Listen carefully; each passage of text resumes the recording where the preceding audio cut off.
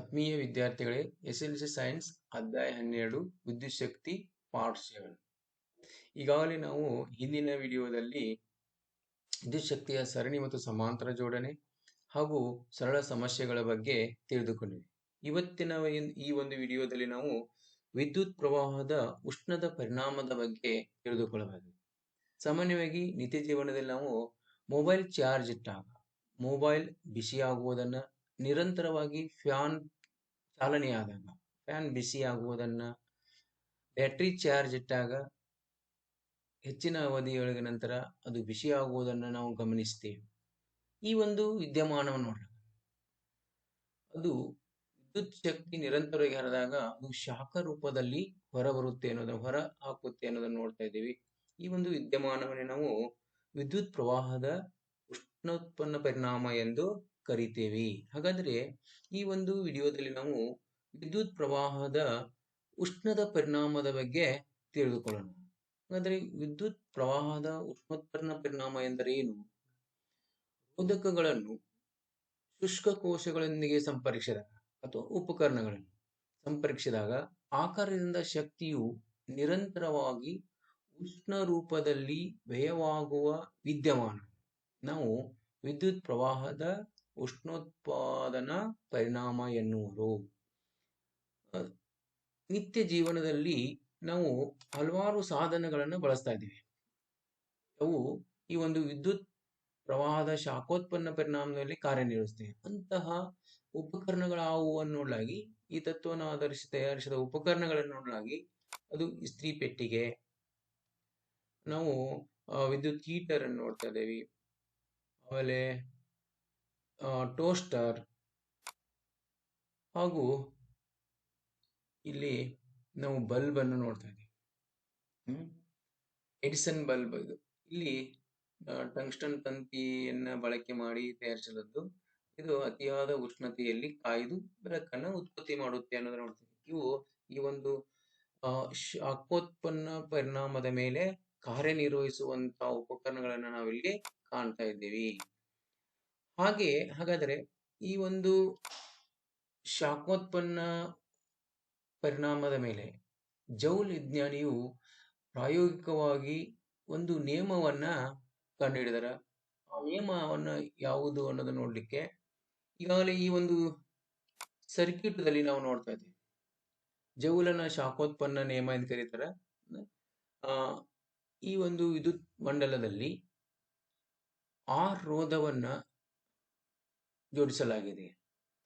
ಅದಕ್ಕೆ ಒಂದು ರೋಧಕದ ರೋಧ ಆರ್ ಆಗಿರಲಿ, ಅದರ ಮೂಲಕ ಪ್ರವಹಿಸುತ್ತಿರುವ ವಿದ್ಯುತ್ ಪ್ರವಾಹ ಐ ಆಗಿರಲಿ ನಾವು ತಿಳ್ಕೊಂಡಾಗ ಈ ರೋಧಕದ ತುದಿಗಳ ನಡುವಿನ ವಿಭವಾಂತರವು ವಿ ಎಂದು ವಿ ಆಗಿದ್ದಾಗ ನಾವು ಈ ಒಂದು ಮಂಡಲದಲ್ಲಿ ಕ್ಯೂ ಆವೇಶಗಳು ವಿ ವಿಭವಾಂತರದ ಮೂಲಕ ಪ್ರವೇಶಿಸಿದಾಗ ನಡೆದ ಕೆಲಸ ಏನು? ಅವಾಗ ಕ್ಯೂ ಆವೇಶಗಳು ವಿ ವಿಭವಾಂತರದ ಮೂಲಕ ಪ್ರವೇಶಿಸಿದಾಗ ನಡೆದ ಕೆಲಸವನ್ನು ನಾವು W equal to V Q ಎಂದು ಕರಿತೀವಿ.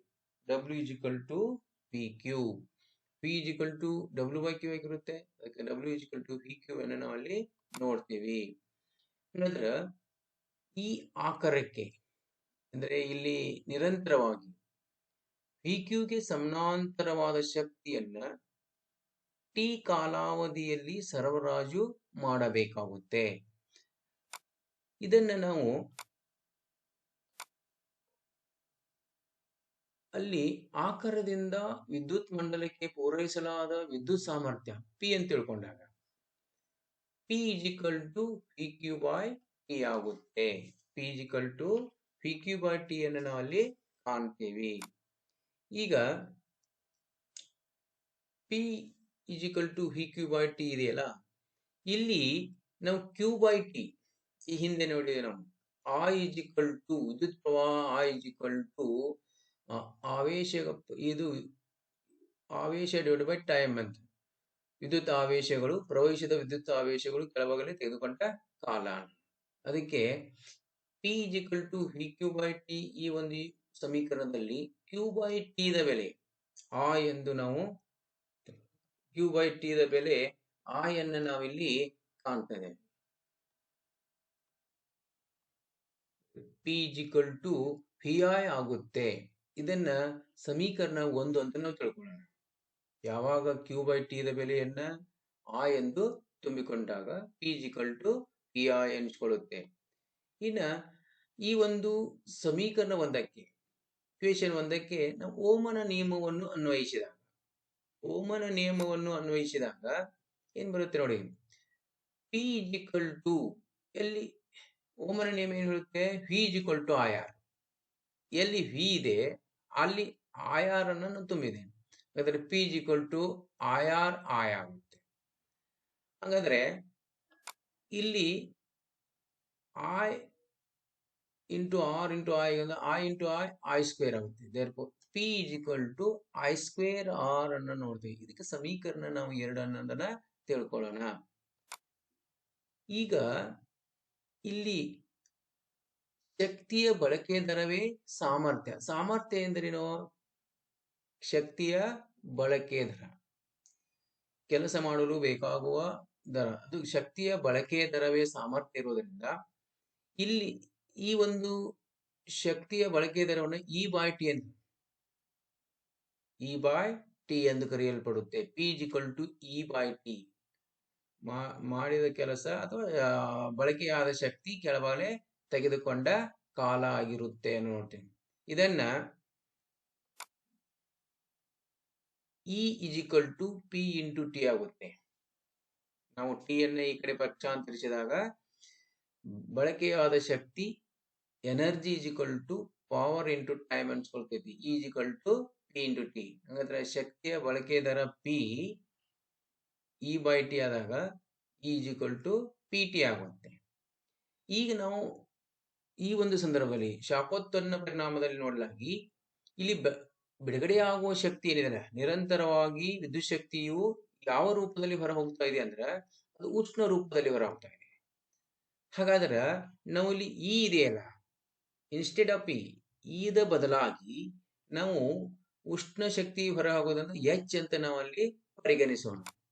ಅದಕ್ಕೆ ಇದ ಬದಲಾಗಿ ಎಚ್ ಅಂತ ತಿಳ್ಕೊಳ್ತೇವೆ. ಯಾಕಂದ್ರೆ ಇಲ್ಲಿ ಶಕ್ತಿ ಉಷ್ಣ ರೂಪದಲ್ಲಿ ಬಿಡುಗಡೆ ಆಗುವುದರಿಂದ ನಾವು ಎಚ್ ಅಂತ ತಿಳ್ಕೊಳ್ತೇವೆ. ಹಾಗಾದ್ರೆ ಇಲ್ಲಿ ಈ ಸಮೀಕರಣ ಏನಾಗುತ್ತೆ ನೋಡಿ, E equal to P into T ಇದೆ, ಅದು H equal to P T ಅಂದ್ಕೊಳ್ಳುತ್ತೆ. H equal to P T. ಹಾಗಾದ್ರೆ ಇಲ್ಲಿ ಸಮೀಕರಣ ಪಿ ದ ಬೆಲೆ ನಾವು ತಗೋತೀವಿ.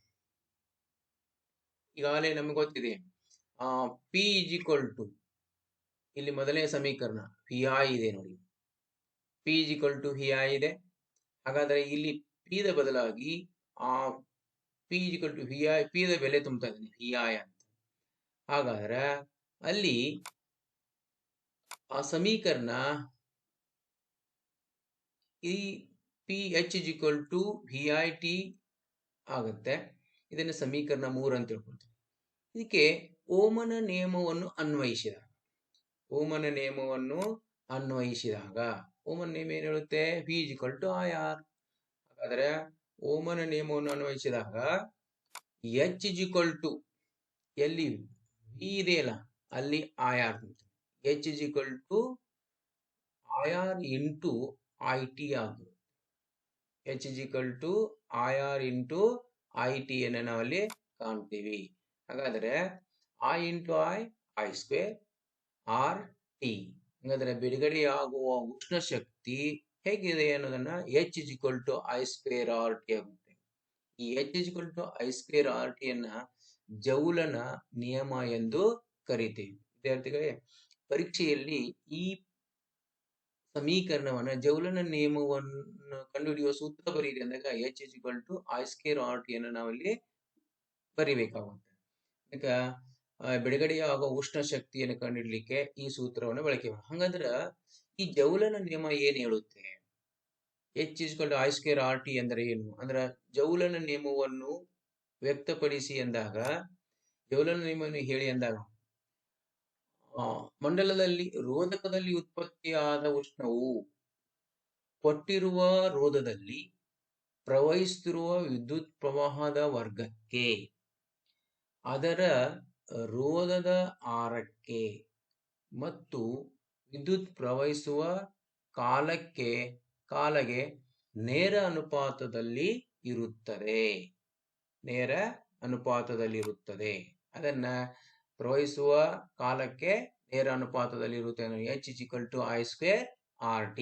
ಇದು 2 ಅಂಕದ ಪ್ರಶ್ನೆ ಬರುತ್ತೆ. ಡೌಲನ ಶಾಖೋತ್ಪನ್ನ ನಿಯಮವನ್ನು ಹೆಸರಿಸಿ ಸೂತ್ರ ಬರೆಯಿರಿ ಅಂದಾಗ ಕೊಟ್ಟಿರುವ ರೋಧದಲ್ಲಿ ಪ್ರವಹಿಸುತ್ತಿರುವಂತಹ ವಿದ್ಯುತ್ ಪ್ರವಾಹ ಇದೆಯಲ್ಲ, ಇದರ ವರ್ಗಕ್ಕೆ, ಆಮೇಲೆ ಆರಕ್ಕೆ ಮತ್ತು ಪ್ರವಹಿಸುವ ಕಾಲಕ್ಕೆ ನೇರ ಅನುಪಾತದಲ್ಲಿ ಇರುತ್ತದೆ. ಇದು ಡೌಲನ ಶಾಖೋತ್ಪನ್ನ ನಿಯಮವನ್ನು ನಮ್ಮಲ್ಲಿ ಹೇಳಿಕೊಡುತ್ತೆ ಅನ್ನೋದನ್ನು ನೋಡ್ತೇವೆ. ಇನ್ನ ಈ ಒಂದು ವಿದ್ಯುತ್ ಪ್ರವಾಹದ ಉಷ್ಣೋತ್ಪನ್ನ ಪರಿಣಾಮದ ಪ್ರಾಯೋಗಿಕ ಅನ್ವಯಗಳನ್ನು ನೋಡೋಣ. ಅಂದ್ರೆ ನಿತ್ಯ ಜೀವನದಲ್ಲಿ ಈ ಒಂದು ಡೌಲನ ನಿಯಮವನ್ನು ಎಲ್ಲೆಲ್ಲಿ ಬಳಸ್ತೇವೆ ಅನ್ನೋದನ್ನ ನಾವು ಅದಕ್ಕೆ ಇದರ ಒಂದು ಉಪಯೋಗವನ್ನು, ಪ್ರಾಯೋಗಿಕ ಉಪಯೋಗಗಳನ್ನು ನೋಡ್ಲಾಕಿ. ಮೊದಲನೇದಾಗಿ ವಿದ್ಯುತ್ ಇಸ್ತ್ರಿ ಪೆಟ್ಟಿಗೆಯಲ್ಲಿ ನಾವು ಬಳಸ್ತೇವೆ. ಇದು ಉಷ್ಣೋತ್ಪನ್ನ ಪರಿಣಾಮದ ಮೇಲೆ ಕೆಲಸ ಮಾಡುತ್ತಿದೆ. ಆಮೇಲೆ ವಿದ್ಯುತ್ ಒಲೆ, ಈ ಒಂದು ವಿದ್ಯುತ್ ಒಲೆಯನ್ನು ವೀಕ್ಷಣೆ ಮಾಡಿದಾಗ ಇಲ್ಲಿ ವಿದ್ಯುತ್ ಸಂಪರ್ಕಿಸಿದಾಗ ಅಲ್ಲಿ ಶಾಖ ಉತ್ಪತ್ತಿಯಾಗಿ ನಾವು ಅಡುಗೆ ಮಾಡೋದನ್ನ ನೋಡ್ತೇವೆ. ಅದು ವಿದ್ಯುತ್ ಒಲೆ ಎಂದು ಕರೆಯಲ್ಪಡುತ್ತೇವೆ. ಆಮೇಲೆ ವಿದ್ಯುತ್ ಹೀಟರ್, ವಾಟರ್ ಹೀಟರ್ ಅಂತ ನೋಡುವುದು, ನೀರು ಕಾಯಿಸಲಿಕ್ಕೆ ಬಳಸುವ ವಿದ್ಯುತ್ ಹೀಟರ್ ಅನ್ನು ನೋಡ್ತಾ ಇದ್ದೇವೆ. ಇಲ್ಲಿಯೂ ಸಹಿತ ವಿದ್ಯುತ್ ಹರಿಸಿದಾಗ ಇಲ್ಲಿ ಈ ರೋಧಕದಲ್ಲಿ ಹೆಚ್ಚು ಶಾಖ ಉತ್ಪತ್ತಿಯಾಗೋದನ್ನ ಕಾಣ್ತೀವಿ. ಶಾಖದಿಂದ ನೀರು ಕಾಯುತ್ತಿರುವುದನ್ನು ನೋಡ್ತೇವೆ. ಇದನ್ನ ವಿದ್ಯುತ್ ಹೀಟರ್ ಅಂತ ಕರಿತೀವಿ. ಹಾಗೆ ನಾವು ವಿದ್ಯುತ್ ಕೆಟಲ್ ಅಂತ ಕರಿತೀವಿ. ಇದು ಸಹಿತ ಉಷ್ಣೋತ್ಪನ್ನ ಪರಿಣಾಮದ ಮೇಲೆ ಕಾರ್ಯನಿರ್ವಹಿಸ್ತಾ ಇದೆ ಅನ್ನೋದನ್ನು ನಾವಲ್ಲಿ ಕಾಣ್ತೇವೆ. ಎರಡನೆಯ ಒಂದು ಉಪಯೋಗವನ್ನು ನೋಡ್ತಾ ಇದ್ದೇವೆ ನಾವು. ಇದು ಶಾಖೋತ್ಪನ್ನ ಪರಿಣಾಮದಲ್ಲಿ ನಿತ್ಯ ಜೀವನದಲ್ಲಿ ಬಳಕೆಯಲ್ಲಿ ಎರಡನೇದು ವಿದ್ಯುತ್ ಬಲ್ಬ್ನಲ್ಲಿ ಬೆಳಕನ್ನು ಉತ್ಪಾದಿಸಲು ಬಳಸುತ್ತಾರೆ. ಹಾಗಾದರೆ ವಿದ್ಯುತ್ ಬಲ್ಬ್ನಲ್ಲಿ ಬೆಳಕನ್ನು ಉತ್ಪಾದಿಸಲು ಬಳಸುತ್ತಾರೆ. ಅದರಲ್ಲಿ ಟಂಗ್ಸ್ಟನ್ ತಂತಿ, ಲೋಹದ ತಂತಿಯನ್ನು ಬಳಸಲಾಗಿರುತ್ತದೆ. ಬಳಸಲಾಗಿರುತ್ತೆ ಅನ್ನೋದು ನೋಡ್ತೀವಿ. ಅದೇ ನಾವು ಯಾಕೆ ಇಲ್ಲಿ ಒಂದು ಅಂಕದ ಪ್ರಶ್ನೆ ಬರುತ್ತೆ ನಿಮ್ಗೆ, ಲೋಹದ ತಂತಿಯನ್ನೇ ಯಾಕೆ ಬಳಸಿರುತ್ತಾರೆ, ಟಂಗ್ಸ್ಟನ್ ತಂತಿಯನ್ನೇ ಯಾಕೆ ಬಳಸಿರುತ್ತಾರೆ? ಟಂಗ್ಸ್ಟನ್ ಶುದ್ಧ ಲೋಹವಾಗಿದ್ದರೂ ಅದರ ದ್ರವಣ ಬಿಂದು ಏನಾಗಿದೆ, ಅತಿ ಹೆಚ್ಚಿದೆ.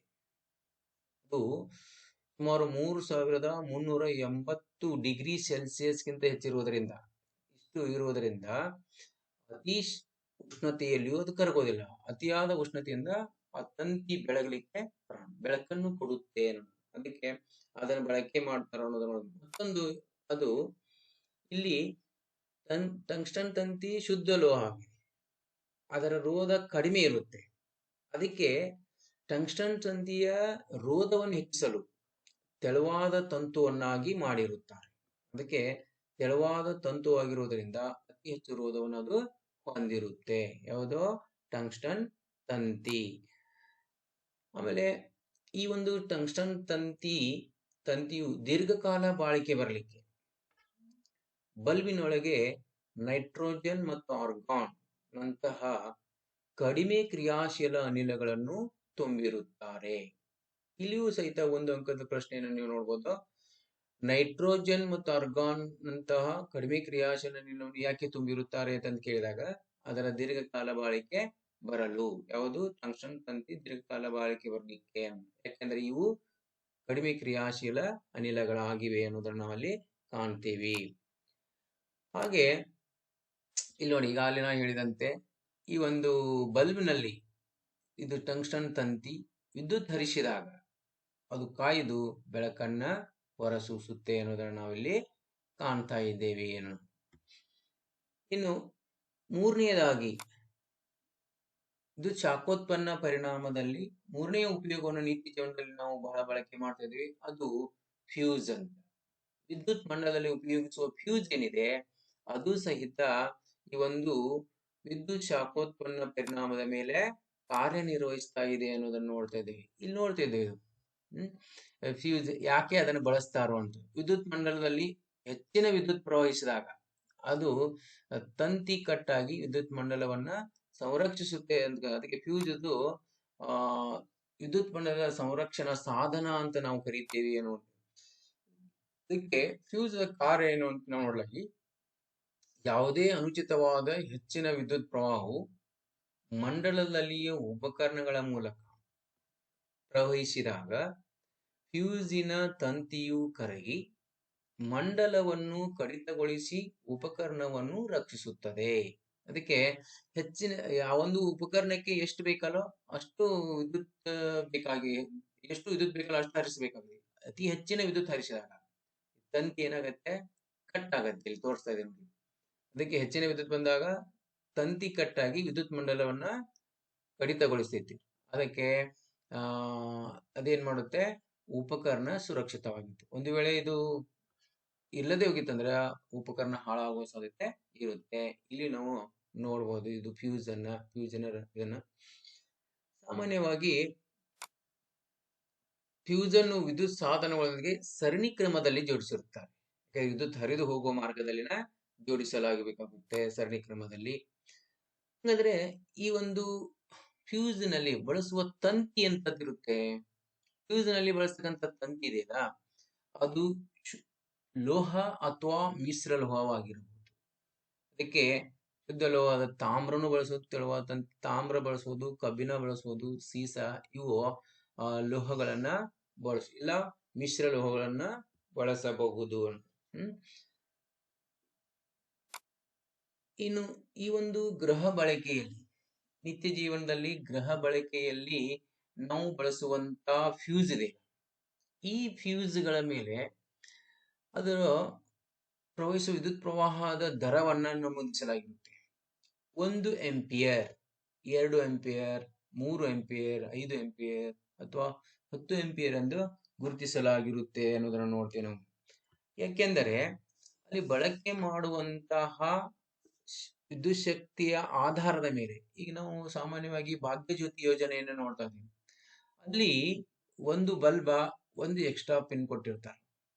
ಹಾಗಾದ್ರೆ ಅದಕ್ಕೆ ಬೇಕಾಗುವ ವಿದ್ಯುತ್ ಪ್ರವಾಹ ಏನಾಗುತ್ತೆ, ಕಡಿಮೆ ಬೇಕಾಗಿರುತ್ತೆ. ಅವಾಗ ನಾವು ಫ್ಯೂಸಿನ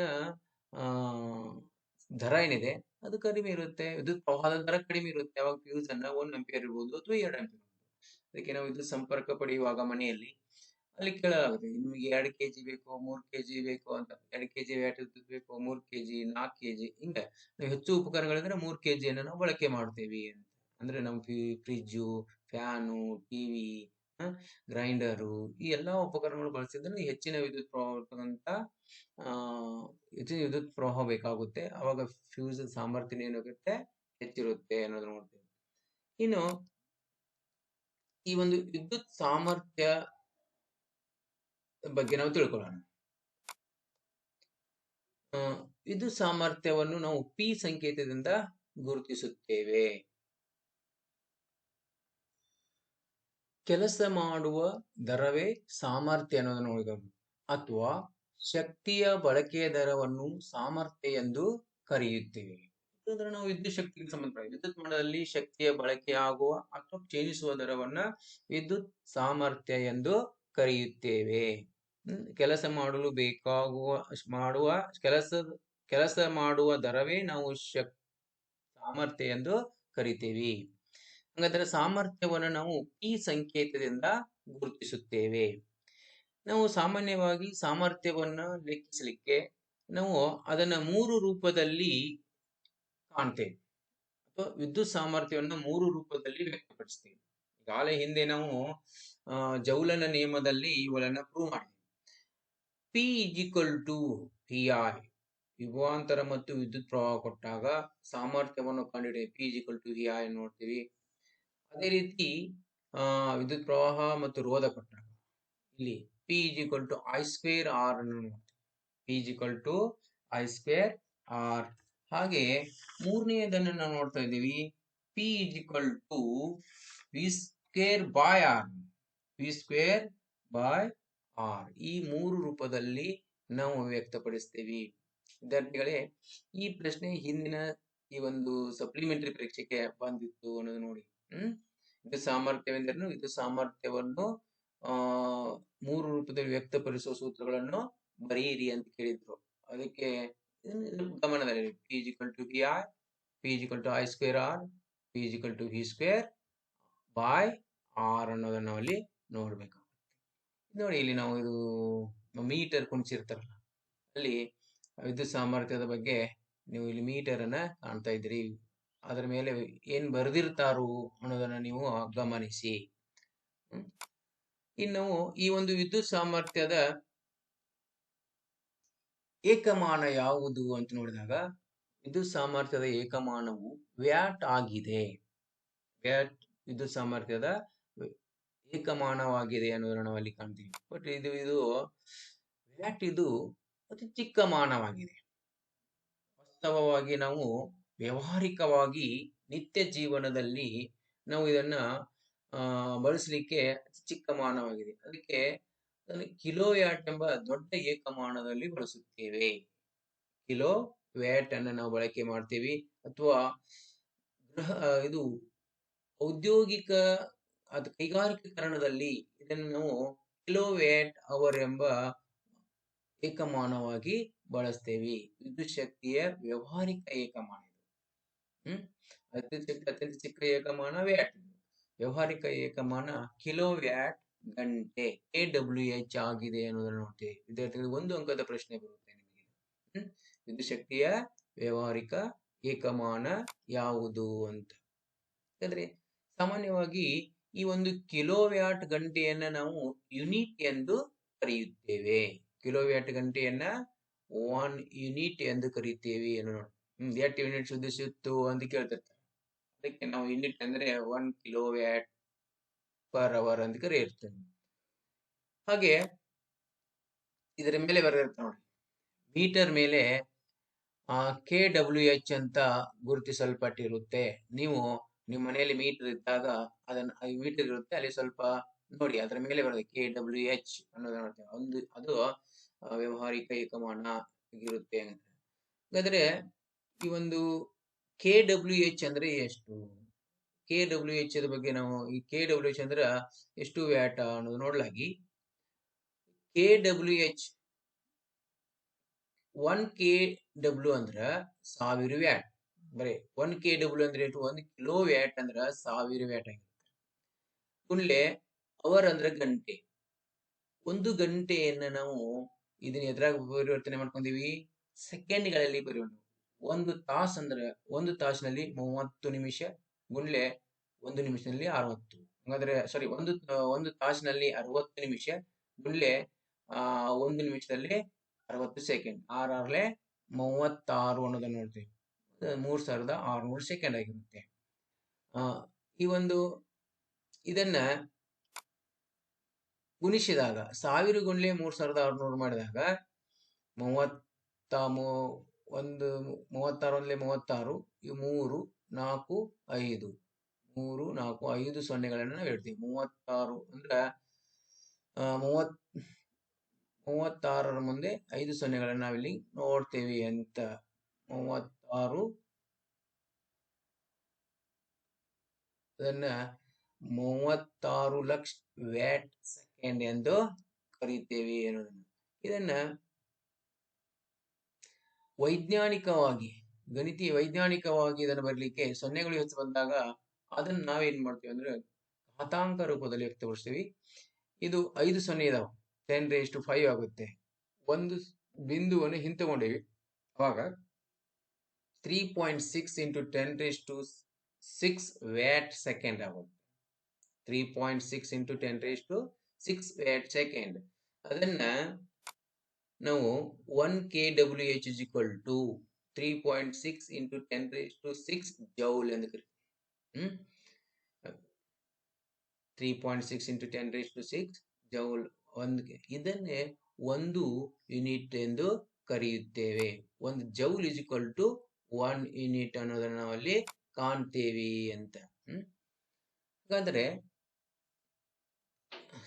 1 KWH ಅಂದ್ರೆ 1 ಯೂನಿಟ್ ಎಂದು ನಾವಲ್ಲಿ ನೋಡ್ತೇವೆ. ಈಗ 1 ವ್ಯಾಟ್ ಅಂದರೆ ಏನು? ನಮಗೆ 1 ವ್ಯಾಟ್ ಎಂದರೆ ಒಂದು ವಿದ್ಯುತ್ ಸಾಧನವು 1 ವೋಲ್ಟ್ ವಿಭವಾಂತರದಲ್ಲಿ ಕಾರ್ಯನಿರ್ವಹಿಸುವಾಗ ಅದರ ಮೂಲಕ 1 ಆಂಪಿಯರ್ ವಿದ್ಯುತ್ ಪ್ರವಹಿಸಿದರೆ ಬಳಕೆಯಾದ ವಿದ್ಯುತ್ ಸಾಮರ್ಥ್ಯವನ್ನ 1 ವ್ಯಾಟ್ ಎಂದು ಕರೆಯುತ್ತೇವೆ. ಅಲ್ಲಿ ಒಂದು ಅಂಕದ ಪ್ರಶ್ನೆಯನ್ನು ನಾವಲ್ಲಿ ಕಾಣ್ತೇವೆ. ಇದನ್ನ 1 watt is equal to 1 volt ampere, 1 watt is equal to 1 volt ampere ಎಂದು ಕರಿತೇವೆ ಅನ್ನೋದನ್ನ ನಾವಲ್ಲಿ ನೋಡ್ತಾ ಇದ್ದೀವಿ. ಅದರ ವಿದ್ಯಾರ್ಥಿಗಳು ಇಲ್ಲಿ ಕೆಲವು ಸಮಸ್ಯೆಗಳನ್ನ ಬಿಡಿಸೋಣ. ಮೊದಲನೇದಾಗಿ ನೋಡಿ, ಸಮಸ್ಯೆ ನಿಮ್ಮ ಪುಸ್ತಕದಲ್ಲಿ 12.12 ಅಂತಿದೆ. ಆ ಸಮಸ್ಯೆ ಏನಿದೆಪ್ಪ ಅಂದ್ರೆ 220 ವೋಲ್ಟ್ ಜನರೇಟರ್ಗೆ ಒಂದು ವಿದ್ಯುತ್ ಬಲ್ಬ್ ಅನ್ನು ಸಂಪರ್ಕಿಸಲಾಗಿದೆ. ಆ ಬಲ್ಬಿನಲ್ಲಿ 0.5 ಆಂಪಿಯರ್ ವಿದ್ಯುತ್ ಪ್ರವಹಿಸುತ್ತಿರುತ್ತದೆ. ಆಗ ಆ ಬಲ್ಬಿನ ಸಾಮರ್ಥ್ಯ ಎಷ್ಟು?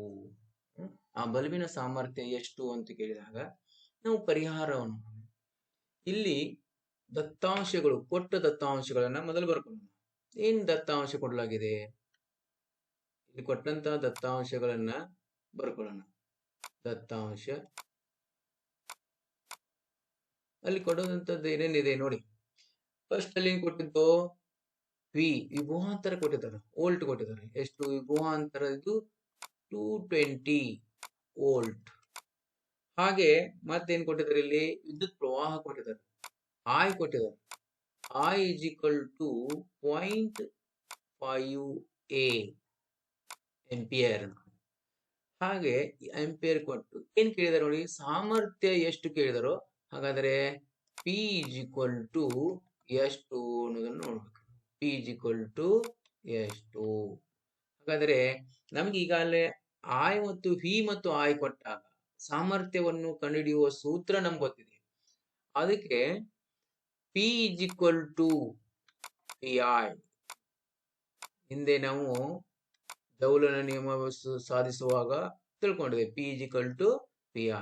ಹಾಗಾದ್ರೆ ವಿ ದ ಬೆಲೆ ತುಂಬಿ, V is equal to 220 into I ದ ಬೆಲೆ ಎಷ್ಟಿದೆ? 0.5. 220 ವಿ ಅದು 0.5 ಆಂಪಿಯರ್. ಈಗ ಇವುಗಳನ್ನು ಗುಣಿಸಿ, ಅವಾಗ ನಮಗೆ ಬರ್ತಕ್ಕಂತ ಉತ್ತರ ಎಷ್ಟು ಅಂದ್ರೆ 110 joule per second. Joule per second ನಾವಿಲ್ಲಿ ಕಾಣ್ತೀವಿ. 110 joule per second. P is equal to ಇದರ ಸಾಮರ್ಥ್ಯ ನಾವು ಇಲ್ಲಿ ನೋಡ್ತೇವೆ ಅನ್ನೋದು, ಇಷ್ಟನ್ನ ನಾವಿಲ್ಲಿ ಕಾಣ್ತೇವೆ ಅನ್ನೋದನ್ನು ನೋಡ್ತೇವೆ. ಜೌಲ್ ಪರ್ ಸೆಕೆಂಡ್ ಅಥವಾ ಇದನ್ನ ನಾವು ಏನಂತ ಕರಿತೀವಿ? P is equal to 110 watt. ಇದು ಅದರ ಸಾಮರ್ಥ್ಯ ನಾವಿಲ್ಲಿ ನೋಡ್ತೇವೆ ಅನ್ನೋದನ್ನ ಕಾಣ್ತೀವಿ. ಹಂಗಾದ್ರ ಆ ಬಲ್ಬಿನ ಸಾಮರ್ಥ್ಯ ಎಷ್ಟಪ್ಪ ಅಂದ್ರೆ 110 ವ್ಯಾಟ್ ಬಲ್ಬ್ ಅದು ಅನ್ನೋದನ್ನ ನಾವಿಲ್ಲಿ ನೋಡ್ತೇವೆ. ಇನ್ನು ಎರಡನೇ ಸಮಸ್ಯೆ ನೋಡೋಣ. ಅದು ನಿಮ್ಮ ಪುಸ್ತಕದಲ್ಲಿ 12.13 ಇದೆ. ಏನ್ ಹೇಳ್ತಾ ಇದೆ ನೋಡಿ, 400 ವ್ಯಾಟ್ ದರದ ರೆಫ್ರಿಜಿರೇಟರ್ ದಿನಕ್ಕೆ 8 ಗಂಟೆ ಕಾಲ ಬಳಕೆಯಾಗುತ್ತದೆ. ಹಾಗಾದ್ರೆ 1 ಕಿಲೋ ವ್ಯಾಟ್ ಅವರಿಗೆ ಎಷ್ಟು? 3 ರೂಪಾಯಿಯಂತೆ. ಅದನ್ನ 30 ದಿನಗಳವರೆಗೆ ನಾವು ಕಾರ್ಯನಿರ್ವಹಿಸುವಾಗ ಅದರ ಶಕ್ತಿಯ ಮೌಲ್ಯ ಎಷ್ಟು? ಅದ್ರಿಗೆ ಎಷ್ಟು ನಾವು ಬಿಲ್ ತುಂಬಬೇಕು ಅನ್ನೋದನ್ನ ನಾವು ಕಂಡುಹಿಡಿಬೇಕು. ಮನೆಯಲ್ಲೇ ಬಿಲ್ ಕೊಡ್ಲಿಕ್ಕೆ ಬಂದಿರ್ತಾರೆ ನೋಡಿ, ಅದರ ಒಂದು ಚೀಟಿಯನ್ನು ನೋಡಿದ್ರು ನಾವೇ ಮನೆಯಲ್ಲಿ ಎಷ್ಟು ನಮ್ಮ ಬಿಲ್ ಆಗಿದೆ ತಿಂಗಳ ಕಂಡುಹಿಡಬಹುದು. ಹಾಗಾದ್ರೆ ಈ ಒಂದು ಸಮಸ್ಯೆಯಲ್ಲಿ ನಾವು ಪರಿಹಾರ, ರೆಫ್ರಿಜಿರೇಟರ್ನ ಸಾಮರ್ಥ್ಯ ಕೊಟ್ಟಿದ್ದಾರೆ. ಇಲ್ಲಿ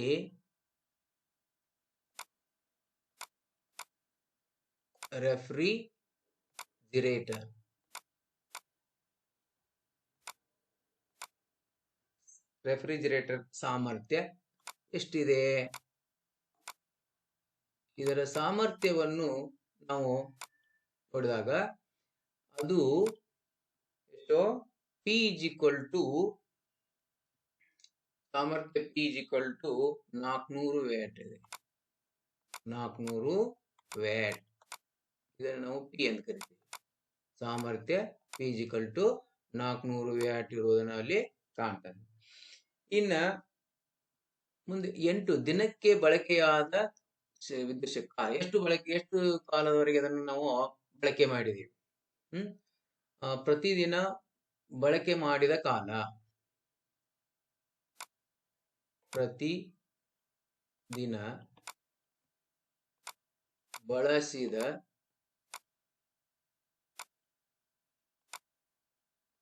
ಕಾಲ, ಟೈಮ್ ಎಷ್ಟಿದೆ ಅಂದ್ರೆ ಅದು 8 ಗಂಟೆ. 8 ಗಂಟೆ, ಅಲ್ಲಿ 8 ಗಂಟೆ ಬಳಕೆ ಮಾಡಿದೀವಿ. ಇನ್ನು ಅದು ಹಂಗೆ ಎಷ್ಟು ದಿನದವರೆಗೆ ಮಾಡಿದೀವಿ? 30 ದಿನಗಳವರೆಗೆ. ಹಾಗಾದ್ರೆ ಬಳಸಿದ ಒಟ್ಟು ಅವಧಿ ಎಷ್ಟು? ಬಳಸಿದ ಒಟ್ಟು ಅವಧಿ ನಾವು ಎಷ್ಟು ಅವಧಿವರೆಗೆ ಬಳಸಿದ್ದೇವೆ? ಬಳಸಿದ ಒಟ್ಟು ಅವಧಿ, ಬಳಸಿದ ಒಟ್ಟು ಅವಧಿಯನ್ನು ನೋಡಲಾಗಿ ಅದು 30 ದಿನಗಳು. ನಾವು ಅದನ್ನು 30 ದಿನಗಳವರೆಗೆ ಬಳಸಿದ್ದೇವೆ. 30 ದಿನಗಳು. ಹಾಗಾದರೆ ಆ ಬಳಸಿದ ಒಟ್ಟು ದಿನಗಳನ್ನು ಕಂಡಿಗೆ 30 ದಿನಗಳು ಒಟ್ಟು ಅವಧಿ ಗುಣ್ಲೆ 8 ಗಂಟೆ ಮಾಡ್ಬೇಕಾಗತ್ತೆ. 8 ಗಂಟೆ. ಅವಾಗ ಎಷ್ಟು ಬರುತ್ತೆ? ನಾವು ಎಷ್ಟು ತಾಸುಗಳವರೆಗೆ ಬಳಸಿದಂದ್ರೆ 8 ಮೂರ್ಲೆ 24 ಈ 0. ಹಾಗಾದ್ರೆ 840 ಗಂಟೆ ನಾವು ಒಟ್ಟು ಒಂದು ತಿಂಗಳಿನಲ್ಲಿ ಬಳಸಿದ ರೆಫ್ರಿಜರೇಟರ್ ಅವಧಿ ಎಷ್ಟು? ಟೈಮ್ ಟಿ ಅಂತ ಕರಿತೀವಿ. ಅದನ್ನ 40 ಗಂಟೆವರೆಗೆ ಬಳಸಿದೇವಿ ಅಂತ. ಹಾಗಾದ್ರೆ ಈಗ ಎಷ್ಟು ವಿದ್ಯುತ್ ಶಕ್ತಿಯನ್ನ ಬಳಸಿದಂಗಾಯ್ತು? ಅದಕ್ಕೆ ಬಳಸಿದ ಒಟ್ಟು ವಿದ್ಯುತ್ ಶಕ್ತಿ, ಬಳಸಿದ ಒಟ್ಟು ವಿದ್ಯುತ್ ಶಕ್ತಿ, ವಿದ್ಯುತ್ ಶಕ್ತಿ, ಬಳಸಿದ ಒಟ್ಟು ವಿದ್ಯುತ್ ಶಕ್ತಿ ಎಷ್ಟು? ಹಾಗಾದ್ರೆ ಅಲ್ಲಿ ನಾವು ಟಿ ಇಂಟು ಟಿ ಮಾಡ್ಬೇಕು. E is equal to P into T ಸೂತ್ರವನ್ನು ಹಾಕ್ಬೇಕು ನಾವು. ಅದನ್ನ ನಾವು ಇ ಅಂತ ಕರಿತೀವಿ. ಇಲ್ಲಿ E is equal to P into T. ಹಾಗಾದ್ರೆ ಪಿ ಗೊತ್ತಿತ್ತು ಮೇಲೆ ನಮಗೆ, ಅದರ ಸಾಮರ್ಥ್ಯ ಪಿ ಇದೆ ನೋಡಿ, 400 ವ್ಯಾಟ್ ಇದೆ. ಅದಕ್ಕೆ ಪಿ ದ ಬೆಲೆ 400 ವ್ಯಾಟ್ ಇಂಟು ಟೈಮ್ ಟಿ ಗೊತ್ತಿದೆ ಇಲ್ಲಿ, ಅದು 240 ಗಂಟೆ. 240 ಗಂಟೆ. ಈಗ ಇದನ್ನ ಗುಣಿಸಿದಾಗ ನಮಗೆ 96 ಬರುತ್ತೆ.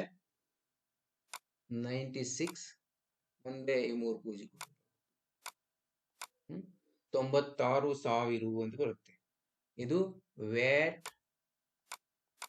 Watt hour. 96,000 ವ್ಯಾಟ್ ಅವರ್ ಅನ್ನ ನಾವಿಲ್ಲಿ ಕಾಣ್ತೇವೆ. ಹಾಗಾದ್ರೆ ಬಳಸಿದ ಈ ಒಟ್ಟು ಶಕ್ತಿ, ಇ ಇಸ್ ಈಕ್ವಲ್ ಟು, ನಾವು ಈಗಾಗಲೇ ಗೊತ್ತಿದೆ ನಿಮಗೆ, 96,000 ವ್ಯಾಟ್ ಅವರ್ ಅನ್ನ ನಾವು 96 ಕಿಲೋ ವ್ಯಾಟ್ ಅಂತ ಕರಿತೇವೆ. 96 ಕಿಲೋ ವ್ಯಾಟ್. 96 ಗುಂಡ್ಲೆ 1000 ವ್ಯಾಟ್ ಅಂದ್ರೆ 1 ಕಿಲೋ ವ್ಯಾಟ್ ಆಗುತ್ತೆ. 96 ಗುಂಡ್ಲೆ 1000 WH. ಅದಕ್ಕೆ ಇದನ್ನ ನಾವು ಏನಂತ ಕರಿತೀವಿ? 96 ಕಿಲೋ ವ್ಯಾಟ್ ಅಂತ ಕರಿತೇವೆ. ಕಿಲೋ ವ್ಯಾಟ್ ಎಂದು ಕರೆಯುತ್ತೇವೆ. ಅಥವಾ ಇದನ್ನ WH ಎಂದು ಕರಿತೇವೆ. ಕಿಲೋ ವ್ಯಾಟ್ ಎಂದು ಕರೆಯುತ್ತೇವೆ. ಅಥವಾ ಒಂದು ಯೂನಿಟ್ ಎಂದು ಸಹಿತ. ಆರ್ ನಾವು ಬಳಸಿದ ವಿದ್ಯುತ್ ಶಕ್ತಿ ಎಷ್ಟಿದೆ ಅಂದ್ರೆ 96 ಯೂನಿಟ್. 96 ಯೂನಿಟ್ ಅನ್ನ ಬಳಸಿದೇವಿ. ಹಾಗಾದ್ರೆ ಒಟ್ಟು ಮೌಲ್ಯ ಎಷ್ಟು? ಒಟ್ಟು ಶಕ್ತಿಯ ಮೌಲ್ಯ ನಾವು ಎಷ್ಟು ಬೆಲೆ ತುಂಬಬೇಕು? ಒಟ್ಟು ಶಕ್ತಿಯ ಮೌಲ್ಯ, ಒಟ್ಟು ಬಳಸಿದ ಕೊಡಬೇಕಾದ ಶಕ್ತಿಯ ಬೆಲೆ ಅಥವಾ ಬಿಲ್ ಎಷ್ಟಿದೆ ಅಂದ್ರ ಶಕ್ತಿಯ ಮೌಲ್ಯ, ಒಟ್ಟು ಶಕ್ತಿಯ ಮೌಲ್ಯ ಇಸ್ ಈಕ್ವಲ್ ಟು ನಾವು ಬಳಸಿದ ಶಕ್ತಿ ಇ,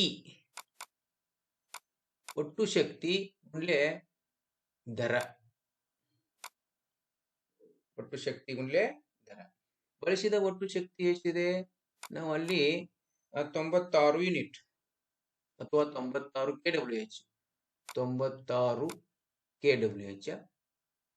KWH ಗುಂಡ್ಲೆ 1 KWH ಗೆ ಎಷ್ಟಿದೆ? 3 ರೂಪಾಯಿ, 3 ರೂಪಾಯಿ. ದೆನ್ 96 ಮೂರ್ಲೆ ಅದು 288 ರೂಪಾಯಿ, 288 ರೂಪಾಯಿ.